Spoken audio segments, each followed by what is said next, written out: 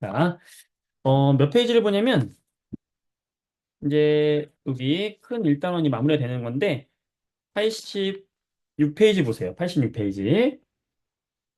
자, 우리가 했던 이제 내용들을 좀 종합을 하면서 조금 난이도 있는 문제를 좀 풀어볼게요. 자, 86페이지 1번 문제를 보면은, 페이지 86쪽이고요. 우리가 이제 이온 결합과 공유 결합을 얘기할 건데, 1번 문제는 뭐와 관련된 문제냐? 이온 결합이죠?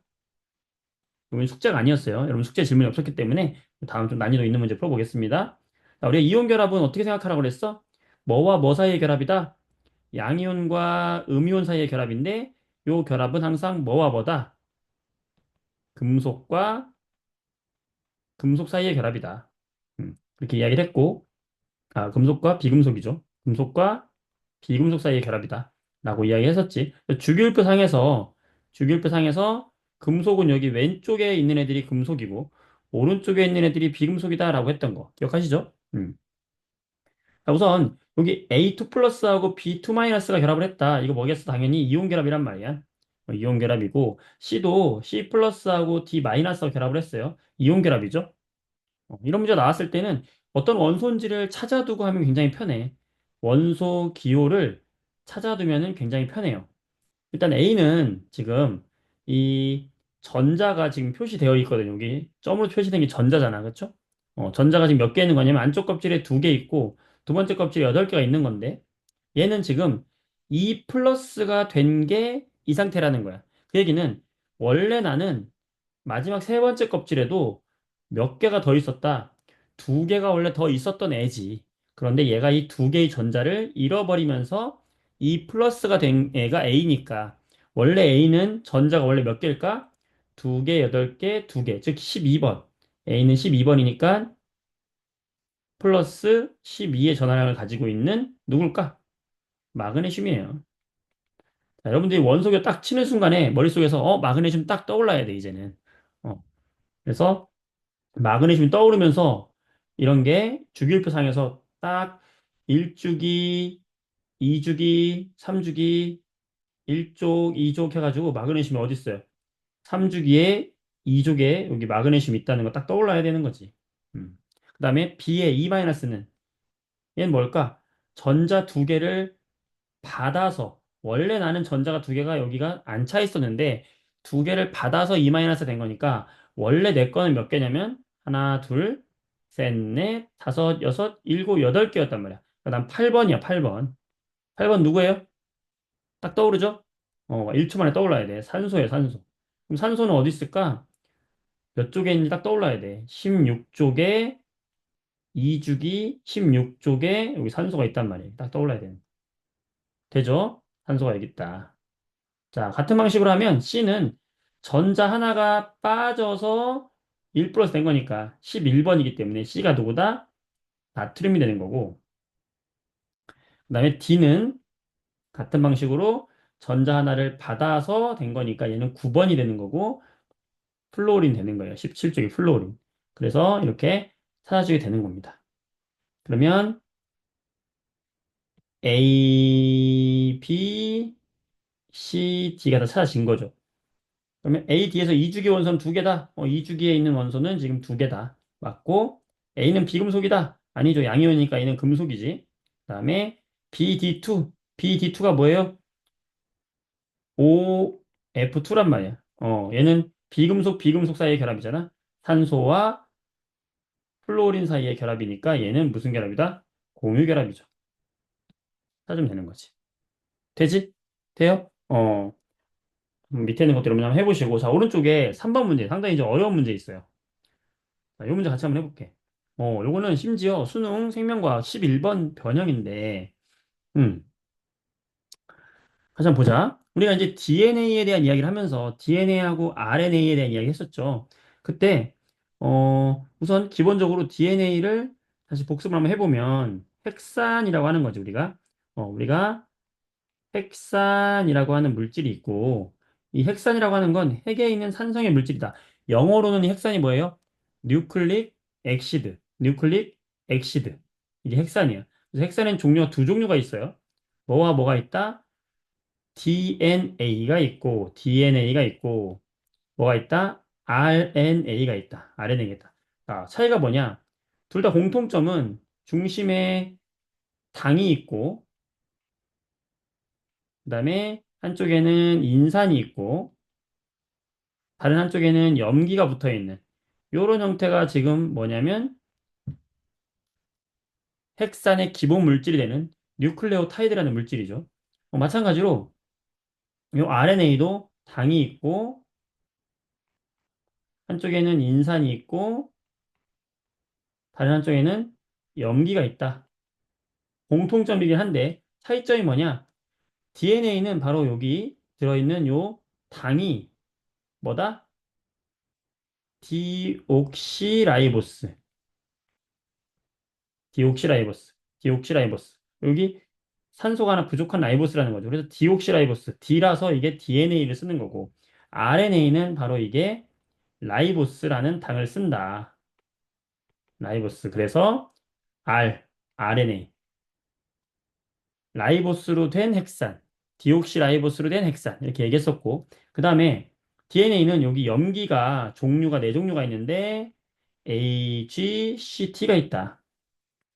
RNA는 여기에 종류가 네 종류가 있는데 A, G, C, U가 있다. 어, 타이민 대신에 유라실이 있다는 거. 요게 두 개 차이점이죠. 염계 차이점. 그리고 DNA는 이런 애들이 어떻게 돼 있다? 이렇게 이중 나선 구조로 되어 있다. RNA는 이런 애들이 한 가닥으로 되어 있다. 단일 가닥으로 되어 있다. 이랬단 말이야. 그때 얘네들은 상보적인 결합을 한다 그랬어요. DNA의 한쪽에 A, C, T, T, G 이런 식으로 오면 요 반대쪽에는 A는 반드시 누구랑 만나냐면 T하고 만나고 G는 반드시 C하고 짝이라고 했어요. 그래서 A는 T하고 만나고 C는 G하고 만나고 T는 A랑 만나고 C 이런 식으로 짝꿍이 정해져 있다라고 했었던 거 기억하시죠? 자, 이게 바로 DNA와 RNA인데 일단 기본적으로 지금 뭘 물어볼 거냐면 요 DNA의 요 상보적인 결합을 관련된 문제가 되겠어요. 자, 보면 그림은 이렇게 서로 상보적인 가닥으로 구성된 DNA를 나타낸 것이다. DNA X를 나타낸 것이다. 어, 그다음에 이제 가에 있는 염기 4개는 모두 다른 종류로 되어 있다는 힌트가 있어요. 가라는 건 어디 있냐면 요 밑에 보면 여기 밑에 보면은 여기 아래쪽에 있는 삼각형 있죠? 여기에 지금 4개의 염기가 있는데 그 4개의 염기는 서로 다른 염기다라는 힌트가 있는 거예요. 서로 다른 염기. 하나, 둘, 셋, 4개는 서로 다른 애다.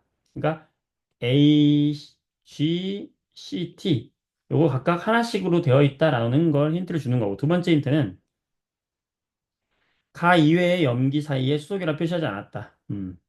했고 그 다음에 1에서 G분의 A는 2다. 라는 힌트가 있죠. G분의 A는 2다. 1이라는 건 어디냐면 여기 1번 가닥, 여기에서 G분의 A는 2고, 그 다음에 2번. 2번에서는 뭐다? G분의 A가 1이다라는 힌트를 준 거예요. 무슨 말인지 알겠죠? 자, 이 힌트를 가지고 여기에 있는 염기들이 종류를 다 찾아야 되는 거예요. 그래서 어려운 거야. 지금 이 힌트를 가지고 뭘 찾는 거냐? 바로 여기 있는 각각의 염기 있죠? 요 염기? 염기 종류를 찾는 거야. 마치 방탈출 게임 하는 듯이 얘를 찾아줘야 되는 거야.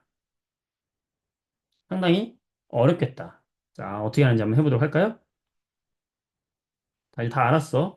G분의 A는 2고 G분의 A는 1이다 그랬어. 자, 그래서 써볼게요. 요 1번에서 G분의 A는 2고, 자, 여기 2번에서 G분의 A는 1이다 라고 했어요. 자, 해봅시다. 우선 첫 번째로 여기 아래에 있는 C부터 시작하는 게 좋을 것 같아요. 자, C의 짝은 정해져 있죠. 누구다? C의 짝은 G죠. C의 짝은 G이기 때문에 여기 G도 정해진 거예요. 그 다음에 여기 가는 지금 여기 네모칸에 있는 애는 종류가 전부 다르다고 했으니까 나머지 두 개가 이게 A하고 T가 남았잖아. 그렇죠? 그럼 여기가 T하고 A일 수도 있고 A하고 T일 수도 있어요. 맞아요? 그럼 먼저 T하고 A라고 한다면 하고 가정을 한번 해보잔 말이야. T하고 A라고 했을 때 만약에 여기를 T하고 A라고 한다면 어떻게 될까? T하고 A라고 해볼게요. 어. 그러면 어떤 결과가 나오냐면 여기 봐봐요. 여기 있는 G 있잖아, G. G의 모양을 보세요. G의 모양이 지금 요런 모양이거든. 지금 요런 모양이 지금 어디 있어? 여기도 있고 여기도 있잖아요. 그치? 그러면 얘는 일단 G일 가능성이 있는 거죠. G일 수도 있고 A일 수도 있어요. 아직 A가 어떤 모양인지 모르잖아. 그치? 근데 여기서 G분의 A가 2가 되려면 G분의 A가 2가 되려면 요거 하나 남은 게 뭐가 돼야 돼요? 이게 G가 돼야 될 수밖에 없어요. 그리고 나머지 요게 A가 돼야 될 수밖에 없는 거지. 그런데 이렇게 되면 G의 모양이 서로 달라져요. G분의 A가 2가 되려면 요 조합밖에 없단 말이야. 그런데 G의 모양이 달라지니까 요거는 될 수가 없는 거예요. 될까? 그 얘기는 뭐다? 여기가 지금 T하고 A가 아니라 A와 T일 것이다. 여기를 A와 T일 것이다. 자, 이렇게 하면 G분의 A가 2인 걸 이용할 건데, 여기서. 지금 여기서 G분의 A가 2인 걸 이용할 건데, 지금 A가 모양이 지금 두 개짜리도 A라고 지금 얘기했고, G도 두 개짜리예요. 그지? 그러면 남은 두 개가 하나는 A가 하나 더 있어야 되고, 나머지 하나가 뭐면 돼요? G면 되는 거죠.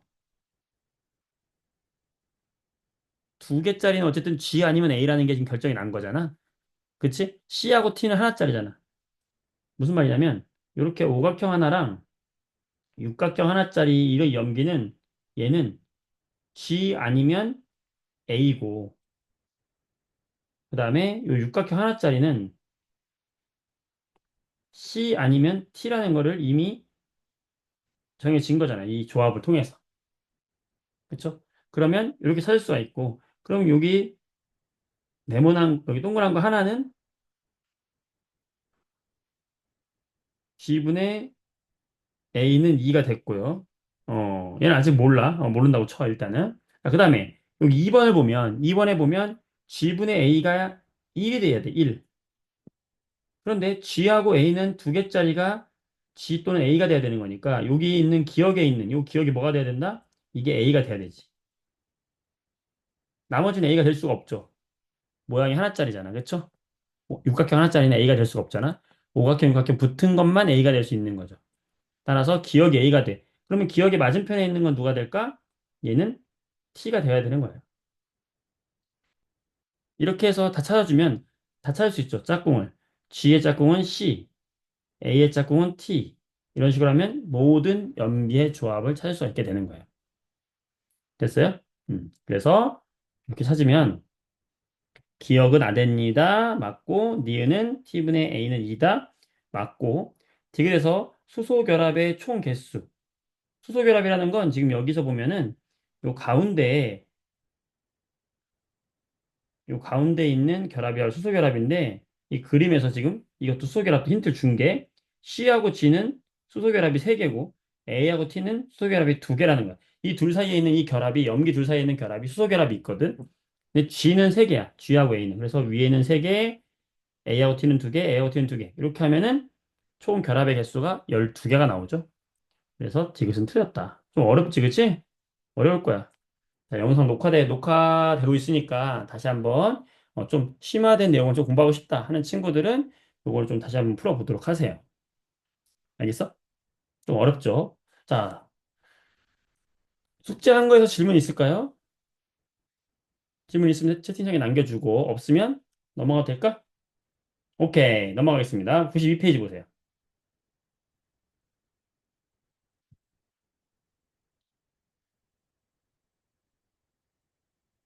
자, 92페이지는 여기부터는 좀 쉬워. 여기는 내용이 좀 쉽다. 어렵지 않은 내용입니다. 음, 우리가 이제 요 92페이지부터 하는 제목이 뭐냐면 바로 시스템이라는 거예요. 시스템. 그래서 시스템에 우리가 여러 가지 시스템을 공부할 건데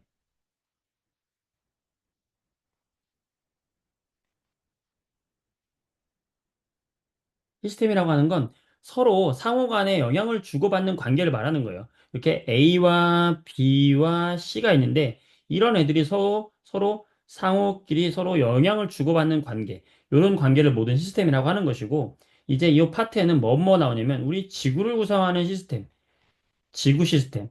그다음에 물체의 운동을 하고 있는 중력 같은 이런 힘과 운동의 시스템. 이거를 역학 시스템.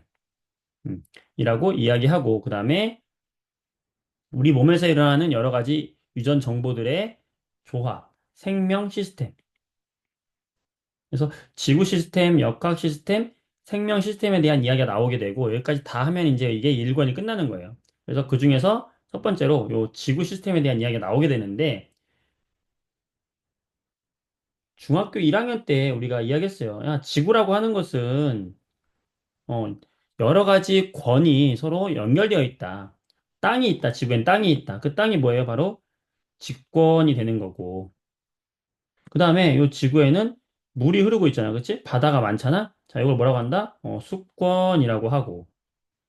그 다음에 지구에는 대기가 존재하잖아. 대기가. 그지? 이걸 뭐라고 그래? 대기권 또는 기권이라고 이야기하잖아. 기권. 그 다음에 여기에 지금 우리가 살고 있잖아요. 하늘에는 새가 살고 있잖아. 새도 날아다니고, 그 다음에 땅에는 인간도 있고, 동물들도 있고, 바다에 고래도 살고 하잖아. 그치? 이런 애들 전부 우리가 뭐라고 한다? 생물권이라고 하죠. 그 다음에 우리 지구에 영향을 주는 태양, 달, 이런 애들은 우리가 지구 밖에 있다 그래서 이걸 뭐라고 그래? 외권이라고 하죠. 자, 이런 애들은 서로 어떻게 상호 영향을 주고 있잖아. 직권, 기권, 수권 이런 애들이 서로 영향을 주고 있단 말이야. 그래서 이런 영향을 주는 관계를 하나씩 공부하고 그 다음에 그 중에서 이제 직권에 눈여겨봐서 요 직권에 대해서 좀 더 자세하게 공부를 해볼 거다. 그게 바로 뭐냐? 지구 시스템이에요. 그래서 하나씩 살펴보도록 할 건데 우선 이게 중학교 3학년 때 했던 내용도 많이 나오기 때문에 어렵지 않습니다. 일단 직권에 대한 이야기가 나오죠. 직권이 뭐야? 땅이죠, 땅. 그래서 지구의 겉부분이랑 지구 내부를 모두 포함해서 우리가 직권이다라고 하는 거고, 지구 반지름이 6,400km예요. 그리고 얘를 이제 보게 되면 가장 바깥층에 뭐가 있어? 바깥층에는 지각이 있고, 자, 지각 밑에 뭐가 있죠? 멘틀이 있지? 자, 멘틀이 부피가 가장 커요. 80%로 가장 많은 부피를 차지하고 있고, 그 다음에 요 안쪽에 뭐가 있다? 핵이 있다. 바깥쪽에 있는 핵, 외핵, 안쪽에 있는 핵, 내핵이 있다. 그래서 이름들을 기억하고, 첫 번째는 멘틀이 가장 많은 양을 차지하고 있는 거고, 요 얇은 지각에 우리가 살고 있는 거지. 그 다음에 얘들의 상태가 중요한데, 지각하고 멘틀하고 내핵은 고체 상태예요. 그런데 요 외핵만 상태가 뭐지? 액체로 되어 있어요, 외핵은. 기억하시나 모르겠다. 그쵸? 기억하고 있죠? 그 다음에 첫 번째, 뭘 알아야 된다? 얘들의 이름 알아야 되고, 이름, 지각, 멘틀, 외핵, 내핵 알아야 되고, 두 번째, 상태 알아야 돼. 상태, 방금 뭐라고 그랬어? 지각, 멘틀, 외핵, 내핵이 있는데, 이 중에 외핵만 액체 상태고 나머지는 다 고체 상태다. 상태 알아야 되고, 그 다음에 얘들을 구성하고 있는 성분 알아야 돼. 성분, 뭐로 되어 있느냐? 여기 지각과 멘트를 구성하고 있는 건 지난번 이야기했듯이 규산염 광물들로 이루어져 있어요. 그래서 얘들은 무슨 물질이냐? 규산염 물질로 되어 있어요. 대부분이. 그리고 여기 있는 외핵과 내핵 있지? 외핵과 내핵은 자, 요거는 우리가 지구에 탄생할 때 설명했어요. 마그마의 바다 기억나? 지구가 만들어질 때 엄청 뜨거웠고 액체 상태로 유지가 될 때 밀도가 큰 얘들이 핵으로 들어갔다 그랬어. 누구랑 누구였어요?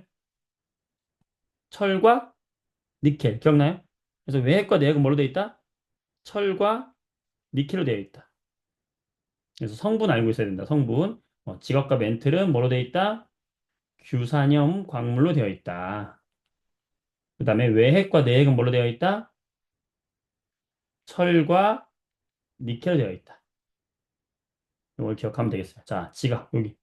자, 이것만 정리하면 돼요. 그래서 보면 지갑 겉부분이다. 규산염 물질 돼 있다 했지? 자, 멘틀 규산염 물질 똑같단 말이야.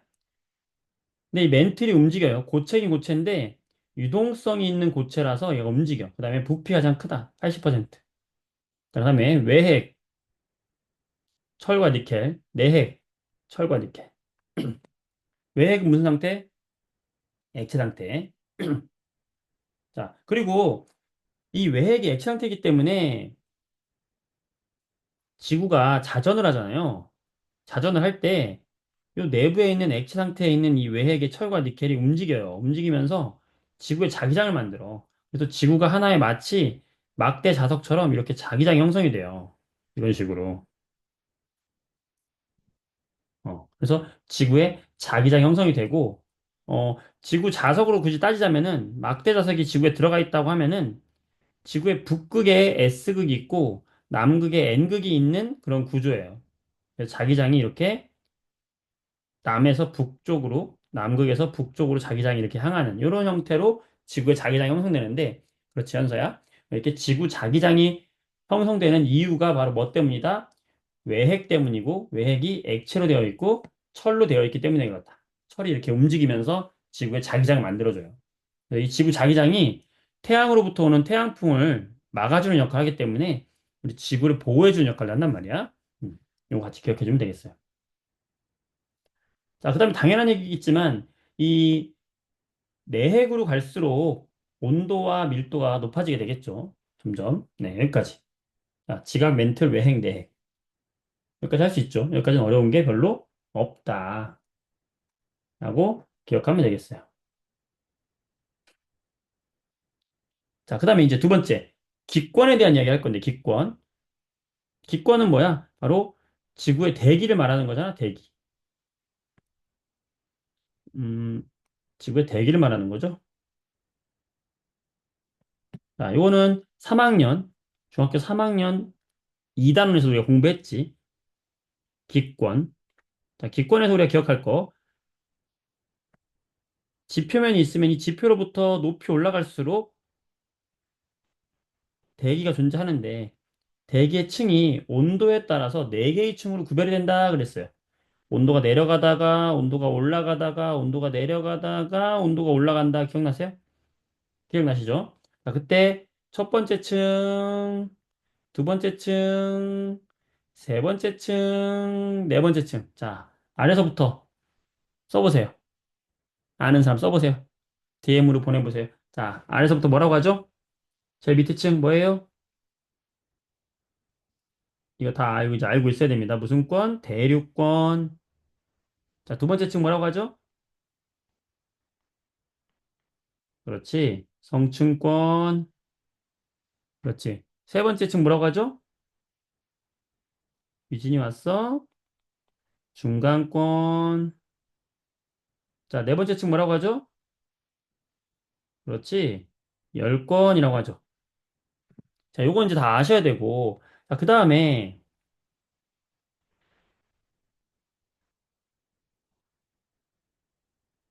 이게 온도 분포잖아요. 높이 올라갈수록 온도 분포. 음, 여기서 뭘 알아야 되냐면, 안정한 기층과 불안정한 기층을 알아야 돼요. 안정한 층과 불안정한 층.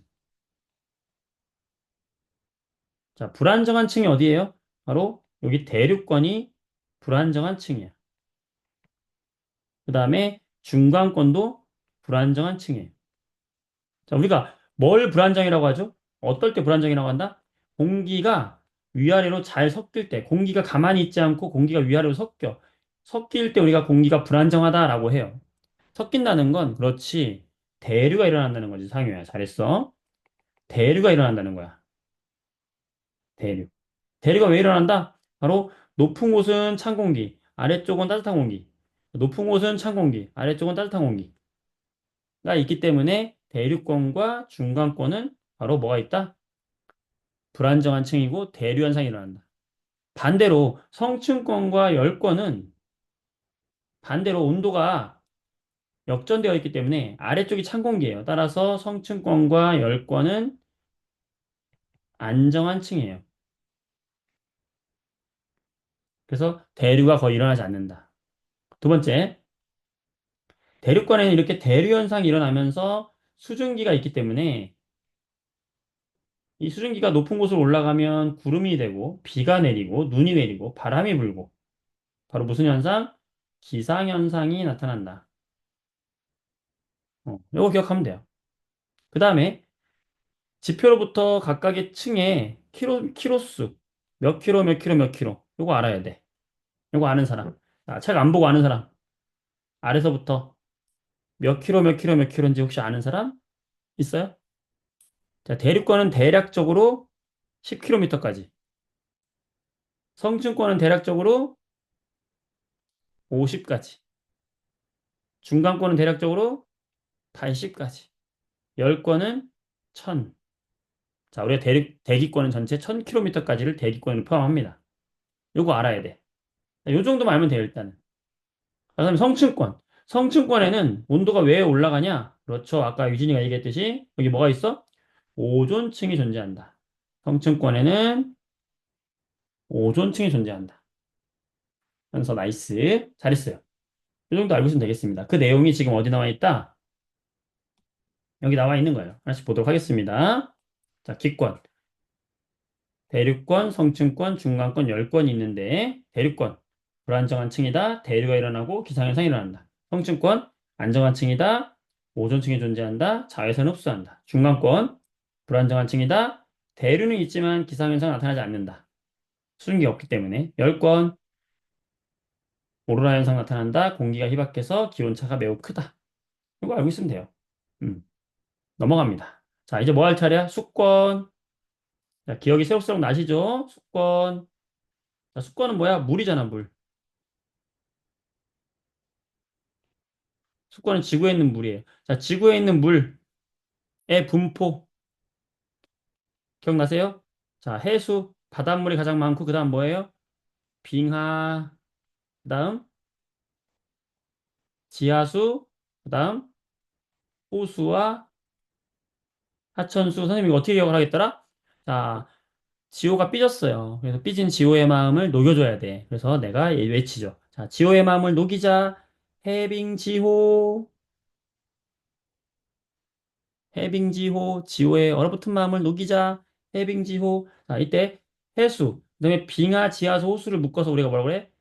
담수라고 하는 거죠. 그래서 이 분포를 기억하시고 두 번째,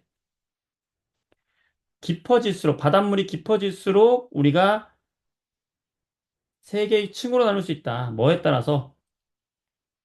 온도에 따라서 세 개의 층으로 나눈다. 기억나시죠? 자, 혼합층, 수온약층, 심해층. 기억나요? 혼합층, 수온약층, 심해층. 그래서 제일 위에 있는 층을 우리가 무슨 층이다? 혼합층이다. 요 가운데 있는 층은 무슨 층이다? 수온이 좀 떨어진다. 수온약층. 중학교 과학을 잘 해놓으면은 고등학교 과학 쉽잖아. 그치? 그 다음에 요 아래쪽이 무슨 층? 심해층. 중학교 3학년 친구들은 여기 7단원이니까 거의 여러분들 뭐 기억이 많이 남아있을 거예요. 자, 이 혼합층의 온도가 높은 이유가 뭐냐? 바로 태양열을 많이 받아서 그런 거죠. 태양 에너지를 많이 받아서 그렇고, 온도가 똑같은 이유는 뭐 때문에 그렇다? 바람이 불어서 그런 거지. 그래서 혼합층은 태양열도 받고 바람도 있기 때문에 온도가 일정한 거고, 수온약층은 태양열이 점점 적게 도달하는 거고, 태양 영향을 받아요. 근데 바람이 불지 않는 거고, 심해층은 태양 에너지도 도달 못하고 바람도 도달하지 않기 때문에 온도가 낮은 거지. 그래서 이런 수권의 특성이 있었다. 자, 보도록 하면 혼합층, 태양 복사 에너지에 의해서 가열됐지만 바람에 의해서 혼합되더라. 그래서 바람이 세게 불수록 두께가 두껍다. 자, 수온 약층, 수온이 낮아지는 층이다. 얘도 아래쪽이 차가운 물이기 때문에 안정한 층이다. 연직 운동이 잘 일어나지 않죠. 안정하니까 물질과 에너지 교환이 차단된다는 거지. 자, 심해층, 수온이 거의 일정하다. 라는 거 기억하면 되겠어요. 자, 그 다음에 생물권. 생물권은 뭐야? 결국엔 생명체죠. 생명체는 직권, 기권, 수권에 걸쳐서 모두 분포하고, 자, 외권, 우주 공간을 말하는 거예요. 음. 지구 자기장도 외권으로 보고, 여기 태양 에너지 보호한다. 됐어요. 자, 이게 중요한 건데, 이제 이렇게 지구에 있는 기권, 직권, 생물권, 수권, 외권, 이런 것들이 서로 상호작용을 통한다. 그래서 항상 영향을 준다. 그래서 상호작용을 통해서 끊임없이 물질과 에너지를 주고받는다. 뭐를? 물질과 에너지를 주고받는다. 물질과 에너지를 주고받는다는 게 중요한 거고, 자, 예를 들어 볼까요? 자, 여러분들, 이런 예가 있는 거야. 태풍. 태풍이 분다. 태풍은 바다에서 만들어진 거야. 따라서 수권이 있는 거고요. 그 다음에 얘가 이제 공기층으로 올라오는 거니까 수권과 기권이 서로 상호작용하는 게 태풍이다. 라고 말할 수 있는 거야. 이런 예시를 우리가 찾을 수 있어야 돼요. 자, 음, 석탄, 석유. 석탄이 만들어진 과정은 뭐하고 뭐가 관계가 있을까? 자, 석탄은 생명체들이 묻혀가지고 높은 열과 압력을 받아서 만들어진 거거든. 그러면 뭐와 관계가 있다? 생물권과 관련이 있어요. 그 다음에 땅에 묻혔잖아? 직권. 이런 식으로 우리가 연결될 수 있어야 한다는 거지. 되겠어? 자, 만약에 쓰나미. 쓰나미는 지진에 의해서 엄청나게 큰 해일이 이제 땅으로 오는 거잖아? 그럼 쓰나미는 뭐겠어? 어, 지진이 난 거니까 직권. 이게 어디 영향을 주는 거야? 수권. 이런 식으로 영향을 주는 거지. 그러니까 이런 식으로 우리가 항상 모든 것들이 상호작용한다. 이 상호작용하는 예들이 여기 써 있어요. 그래서 여러분들이 한번 다 읽어보면서 이 예들을 통해서, 잘했어. 이 예들을 통해서 우리가 이해가 안 되는 것들은 잘 판단해 놓아야 되는 거야. 아시겠지? 어려운 게 별로 없어, 여기까지는. 되겠지? 정리가 좀 됐고요. 자, 그 다음에 여기 보게 되면 이제 에너지원이 나와요. 에너지원. 에너지원. 지구에 이렇게 시스템에 영향을 주는 에너지원이 크게 세 가지가 있어. 이걸 뭐라고 하냐면 우리가 근원 에너지라고 그래. 근원 에너지. 지구 시스템 움직이는 거. 물이 증발하는 거. 이런 게 에너지원이 있기 때문에 증발하는 거거든. 지진이 나는 거. 에너지원이 있기 때문에 지진이 나는 거예요. 파도가 치는 거. 에너지원이 있기 때문에 파도가 치는 거야. 그들의 각각의 에너지, 근원 에너지가 누구냐? 태양 에너지, 그 다음에 지구 내부 에너지, 조력 에너지, 이 세 종류가 있어요. 태양 에너지가 거의 99.9%를 차지해. 전체 우리 지구에 영향을 주는 에너지 중에서 태양 에너지가 거의 대부분이야. 이 태양 에너지 할 수 있는 건 뭘까? 얘가 예를 들어서 기상현상의 원인이 바로 태양 에너지죠. 왜냐면 태양열이 와서 공기를 상승시키고 구름 만들고 다 하는 거잖아. 그치? 태양 에너지. 그 다음에 바람이 부는 거니까 풍화 침식작용. 그 다음에 생명활동. 뭘까? 우리가 광합성 같은 거, 햇빛 없으면 안 되잖아. 그치? 그러니까 이런 게 바로 주요 에너지가 태양 에너지. 그러니까 태양 에너지는 웬만한 건 다 태양 에너지예요. 그래서 태양 에너지가 영향을 주는 예시들을 알아야 되는데 웬만한 건 다 태양 에너지다라고 생각하면 되고 우리는 지구 내부 에너지와 조력 에너지가 어디에 영향을 주는지만 알면 돼. 그러니까 지구 내부 에너지는 뭐냐면 이 외핵과 내핵 있잖아. 여기서 나오는 이런 에너지에 의해서 여기 있는 멘틀이 움직여요. 이 멘틀이 움직이면서 이 멘틀 위에 붙어 있는 이 지각이 움직이는 거야. 그러면서 얘들끼리 부딪히면 그게 뭐가 되는 거야? 지진. 거기 마그마가 있어. 폭발해. 화산. 음. 이런 지진과 화산. 이런 것들이 일어나는 거. 그래서 만들어지는 거 맡아는 거고. 그 다음에 아까 외핵이 회전하면서 외핵이 액체로 되어 있기 때문에 지구 자기장 만들어진다 했잖아. 이 지구 자기장의 근원 에너지도 누구냐? 바로 지구 내부 에너지란 말이에요. 그래서 지구 자기장. 이런 게 바로 지구 내부 에너지에 의해서 만들어진다라는 거 알면 되겠고, 조력 에너지는 뭐냐면, 요거는 달의 인력을 말하는 거예요. 여기 지구가 있으면 여기에 지구 주변에 뭐가 돌고 있어? 달이 돌고 있잖아. 이것 때문에 지구에 있는 물이 이렇게 솟구친단 말이에요. 거기가 밀물이 되는 거야, 밀물. 이게 바로 뭐야? 밀물과 썰물이 하루에 두 번씩 나타나는 이유거든. 그래서 조력 에너지는 바로 달의 인력을 이야기하는 거고, 이로 인해서 나타나는 게 바로 파도, 그다음에 밀물과 썰물, 이런 것들이야. 이걸 예시를 알아두면 돼요. 그래서 지구 내부 에너지는 지진 화산 활동, 멘틀의 대류, 판의 움직임, 그다음에 외핵의 운동을 통해서 지구 자기장을 형성하는 것은 지구 내부 에너지다. 그러니까 조력 에너지는 밀물과 썰물, 그다음에 이런 것들이 파도가 쳐서 해수면 변화시키는 거, 이런 것들은 조력 에너지에 해당한다라는 사실. 이런 예시들을 물어 나눠서 이제 구분해서 생각할 줄 알아야 되는 거야. 이해되시죠? 이해되지? 자, 이런 에너지를 통해서 우리가 물과 탄소가 우리 지구에서 순환을 하는 거야. 그래서 뭐 어려운 건 없어요. 지구에 이렇게 물이 있다. 그러면 물이 태양 에너지에 의해서 증발도 하잖아. 그렇죠? 증발하고 또 비도 내리고. 그러면서 지구 전체에 있는 물의 양은 어떨까? 항상 물의 양은 동일하게 유지가 되겠죠. 얘가 형태가 달라지는 거지. 그렇죠? 형태가 달라지면서 물의 양은 유지가 된다. 두 번째, 탄소의 순환. 탄소라고 하는 것은 여러 형태로 존재할 수가 있어. 탄소가 공기 중에 있을 때는 이산화탄소의 형태로 존재할 수 있고, 그 다음에 메테인의 형태로 존재할 수 있어요. 어디에? 바로 기체로 존재할 때는. 그리고 얘들이 땅에 묻혀가지고 암석을 만들 때는 탄산 칼슘으로 존재할 수 있어. 이건 뭐야? 고체인 암석으로 존재할 때는 탄소가 이렇게 탄산 칼슘으로 존재할 수 있는 거야. 그리고 바닷속에 녹아있을 때에는, 바다나 강물 속에 녹아있을 때는 탄산이온 또는 탄산수소라고 하는 이온, 이런 이온 형태가 물에 녹아있을 수 있거든. 그래서 물 속에 녹아있을 때 형태와 기체 상태로 떠있을 때 형태와 고체 상태로 있을 때 형태가 서로 이렇게 전환을 하면서 얘들이 서로 순환을 하고 있다. 이게 뭐냐면 탄소의 순환이에요. 그래서 화석연료라고 하는 것 자체가 뭐냐면 탄소와 수소로 이루어진 이게 바로 화석연료, 석탄, 석유거든. 이런 애들이 연소작용을 통해서 뭐가 나오겠어? 이산화탄소 만들어지고, 메테인도 만들어지고, 그 다음에 얘들이 이제 생물들이 죽어서 화석연료로 묻혀지면 다시 결국에는 탄소가 이렇게 화석연료로 돼가지고 다시 순환해서 돈다, 지구 전체를. 그 다음에 얘들이 광합성에도 활용이 되지? 이산화탄소가 광합성에 활용이 되잖아. 그렇지? 그러면 얘가 뭘로 존재하냐면 포도당으로 바뀌는 거죠. 포도당도 탄소 화합물이란 말이야. 이렇게 이산화탄소를 포도당으로 저장을 해가지고 우리가 그걸 먹고 또 생물들이 먹고 살고 또 애들이 화석연료로 가고 그리고 애들이 바닷물에 녹을 때는 탄산이온이나 탄산염으로 존재하고 여기서 굳으면 석회암이 되는 거예요. 이런 식으로 탄소가 지구 전체에 순환하고 있다 이 얘기야.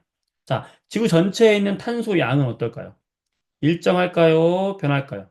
당연히 일정하단 말이야. 탄소 원소의 전체 양은 일정한 거예요. 외부에서 운석이 떨어지지 않는 이상 얘는 거의 일정하다. 대신에 형태만 달리 해가지고 이렇게 존재한다. 이게 탄소의 순환이 되는 거야. 어려운 거 없지. 어려운 거 없어요. 자, 여기까지 내용은 여러분 문제를 다 충분히 혼자서 풀어볼 수 있는 것들이야. 넘어가 될 것 같아.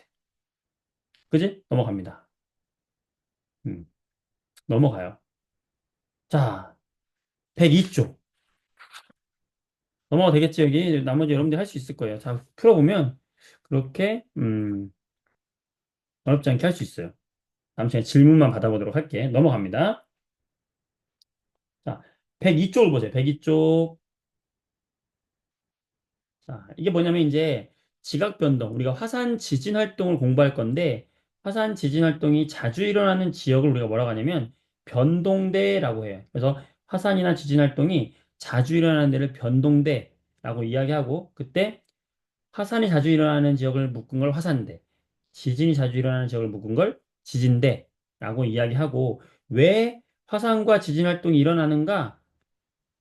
이 이론이 바로 뭐냐면 판구조론이에요.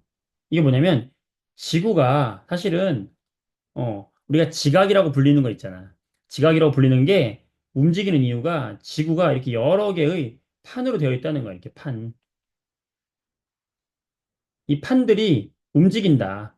판들이 움직이면서 서로 부딪히고 하기 때문에 지진도 화산도 일어난다. 이게 뭐냐면 판 구조론이야.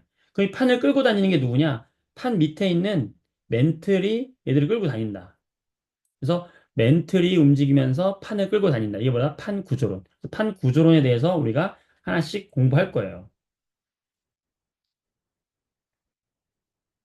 판 구조론이 뭐냐?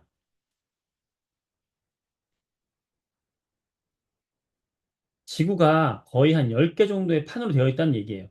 지구가 있으면 여기에 지구를 구성하는데 이런 여러 개의 판으로 되어 있다. 한 10개 정도, 10여 개의 뭐로 되어 있다? 판으로 되어 있다. 아까 우리가 이 지구 전체를 보게 되면, 지구 전체를 보게 되면 여기에 제일 끝에 뭐가 있다고 그랬지? 지각이 있다고 그랬잖아요. 그리고 지각 안쪽에 뭐가 있다고 그랬어요? 멘틀이 있다고 그랬죠? 그치? 판은 그럼 어디가 판이냐면은 요 지각만 판이라고 하는 게 아니라 지각과 요 멘틀의 일부를 포함한 여기를 우리가 뭐라고 하는 거냐면 여기를 판이라고 해요. 그래서 판이라고 하는 건 지각도 포함되어 있고 멘틀도 포함되어 있어. 멘틀의 위쪽, 이게 상부 멘틀이라고 하거든. 요 지각과 상부 멘틀을 포함하고 있는 게 판이에요, 판. 그리고 요 판을 우리가 다른 말로 뭐라고 하냐면 암석권이다라고도 해요. 암석권, 딱딱한 암석으로 되어 있다. 그래서 암석권이라고 하고 이 암석권을 판이라고 얘기하는 거야, 우리가. 그리고 그럼 이 지각이 움직인다 그랬잖아.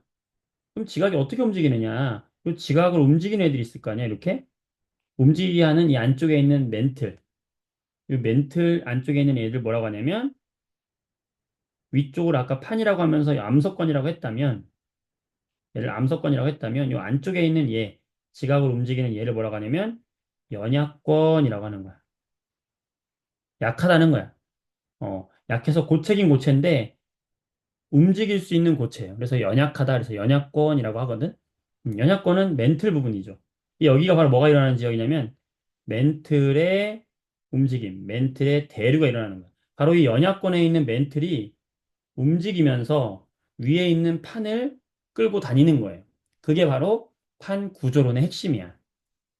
움직이는 속도가 얼마냐면 뭐 무슨 우리 무비워크처럼 이렇게 쫙 움직이는 게 아니라 1년에 한 1cm 정도 움직여요. 굉장히 느린 거지. 그치? 굉장히 느리게, 느릿느릿 움직이는 거야.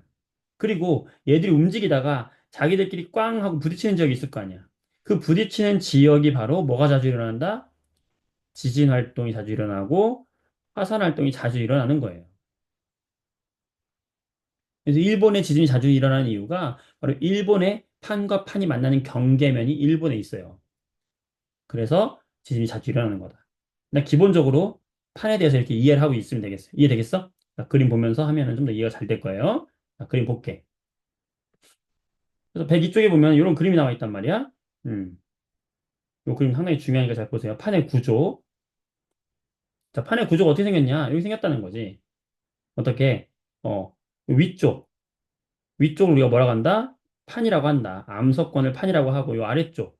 요 아래쪽을 뭐라고 한다? 연약권이라고 한다.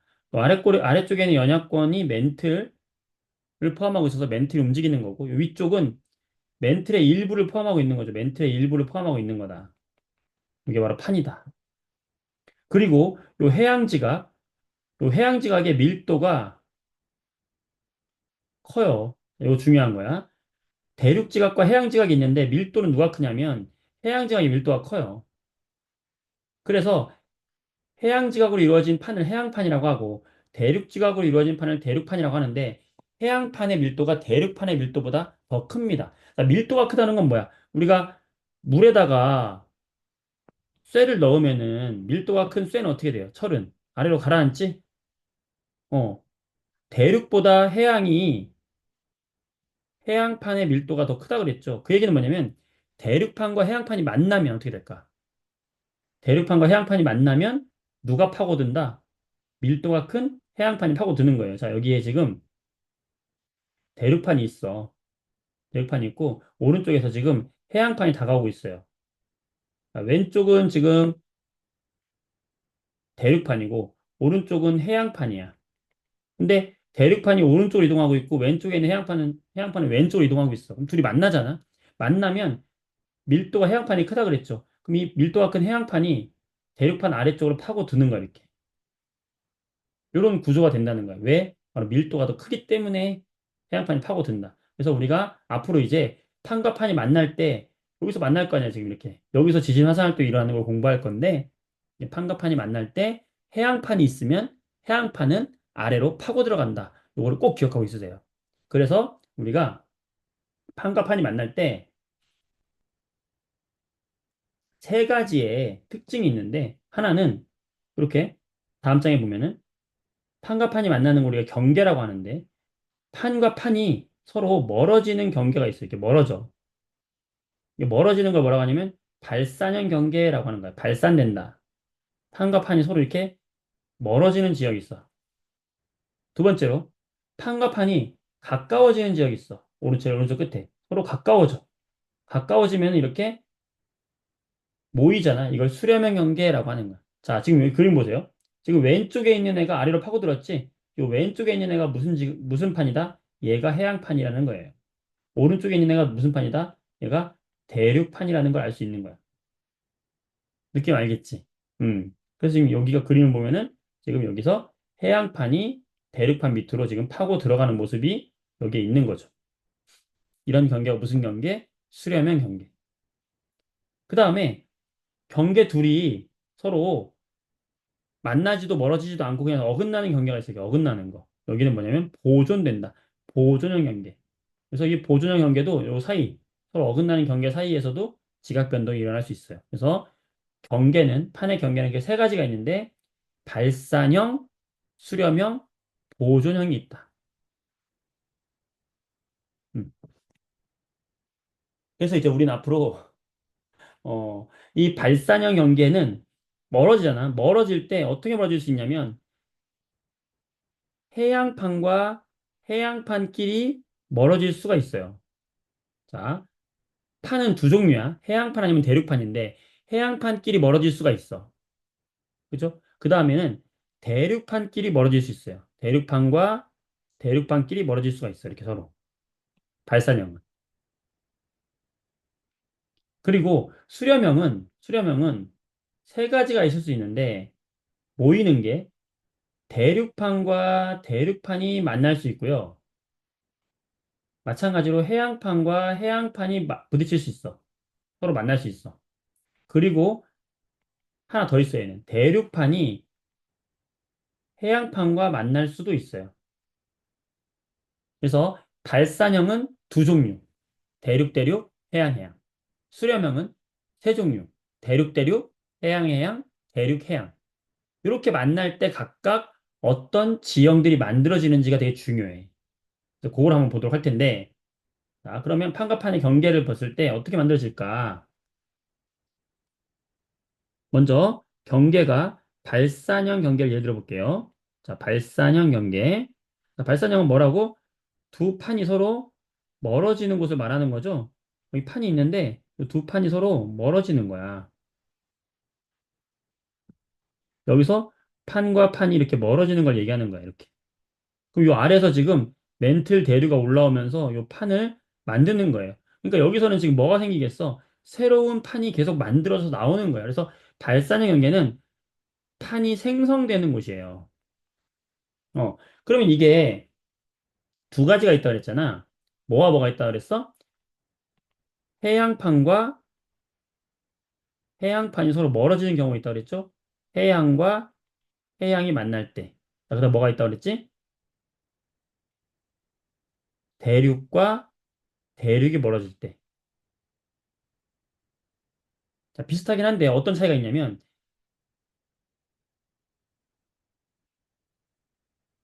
요 해양판이 있을 때 요 해양판 위쪽에는 뭐가 있냐면 물이 있단 말이야. 물이 있어 이렇게. 물이 차 있겠지. 그때 요 해양판 밑에서 지금 판이 이렇게 생성이 되면서 멀어져요. 두 판이 이렇게 멀어진단 말이야. 그러면 여기서 나온 마그마도 함께 나오거든. 그럼 마그마가 나오면서 이 물 밖으로 이렇게 쭉 솟구쳐 나올 거 아니야, 이렇게. 솟구쳐 나오다 식어, 물에 의해서. 그렇지? 그럼 식으면 뭐가 생기냐면 요 안에 산이 생기는 거야, 산. 그렇죠? 이렇게 산맥이 생긴다고, 바닷속에 산맥이 생기는 거야. 마그마가 나오면서 멀어지다가 식어. 그러면 산이 생기겠지. 요 산을 뭐라고 하냐면, 자, 우리가 강원도 갈 때 넘어야 되는 고개를 뭐라고 그래요? 대관령이라고 하잖아. 바다에 있는 고개다. 그래서 이걸 뭐라고 하냐면 해령이라고 하는 거야. 이게 지형의 이름이에요. 그러니까 해양판과 해양판이 멀어지는 그곳에서는 뭐가 있냐면 바닷속에 해령이 존재하는 거야. 그 다음에 해령의 가운데, 요 해령의 가운데를 보게 되면 계곡이 생기죠. 두 산맥이 이어지니까 이 가운데는 V자 모양의 계곡이 생긴단 말이야. 요 V자 모양의 계곡을 뭐라고 하는 거냐면 여기를 어, 열에 의해서 생긴 계곡이다. 그래서 열곡이라고 하는 거예요.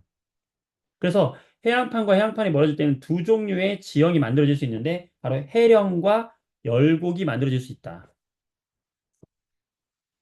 알겠어? 해령과 열곡이 만들어질 수 있고 대륙판과 대륙판이 멀어질 때는 똑같은데 얘는 물이 없잖아.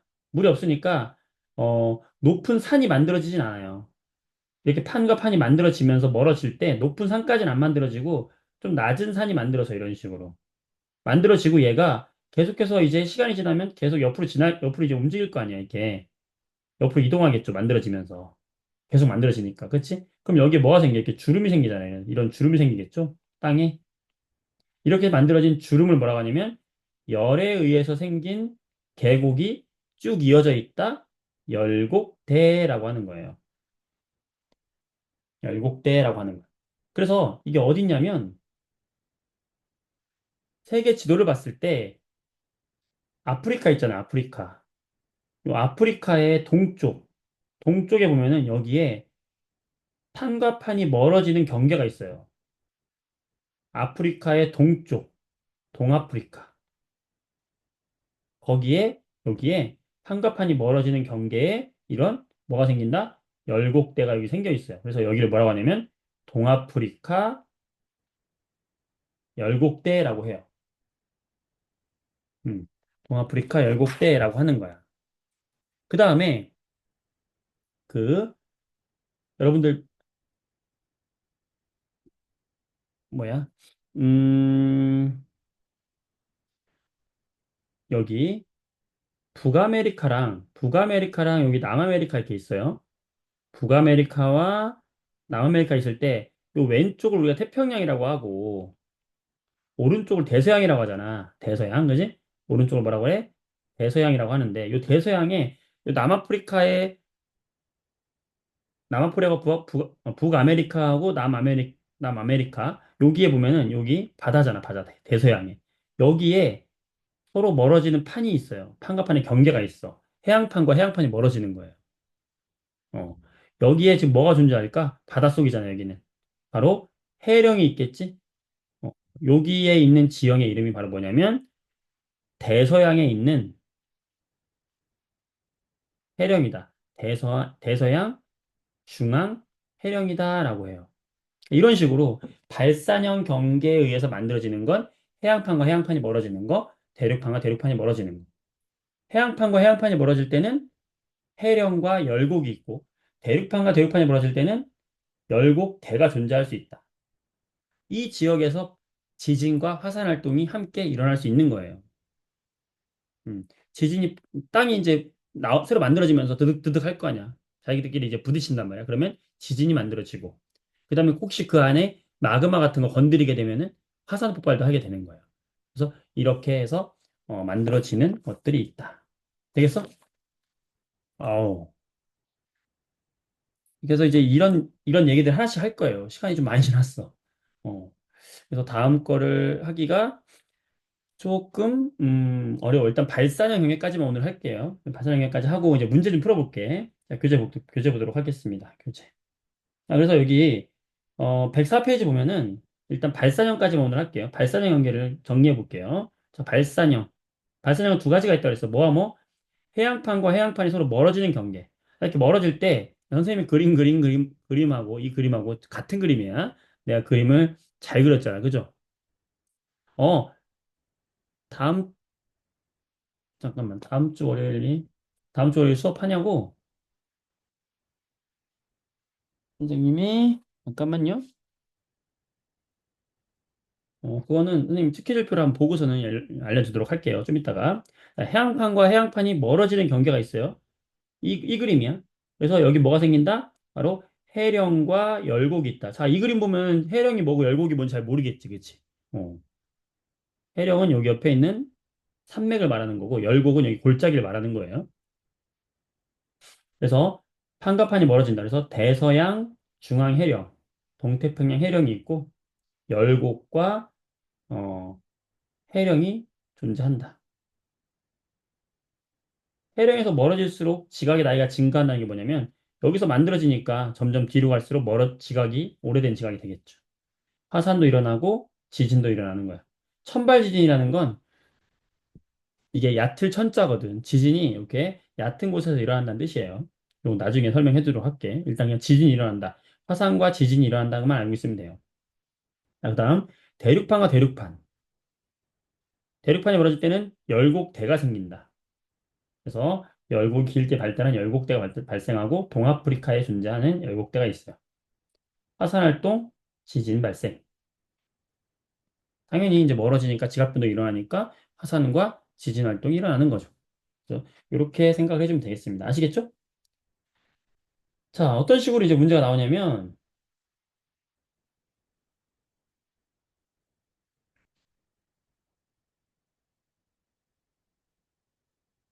9번 문제 보도록 할게요. 9번.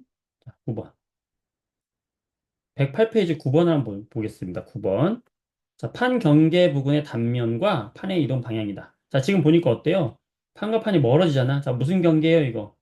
써봐. 무슨 경계 이런 거 뭐라고 한다? 발산형 경계다. 서로 멀어지는 걸 발산형 경계다라고 했고, 이때 두 가지 지형을 써보세요. 뭐 생긴다? 바닷속의 고개, 해령. 자, 그 다음에 여기 계곡, 열곡 생긴다 그랬죠. 그러면서 화산 활동과 지진 활동 다 일어난다 그랬지? 화산과 지진. 자, 해볼까요? 자, 수렴형 경계 아니고 발산형 경계고요.